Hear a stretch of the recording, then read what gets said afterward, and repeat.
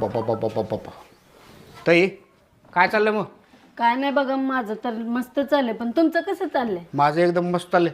घर मस्त बांधलो की ताई, हा, पण पायात पैंजणच नाहीत की.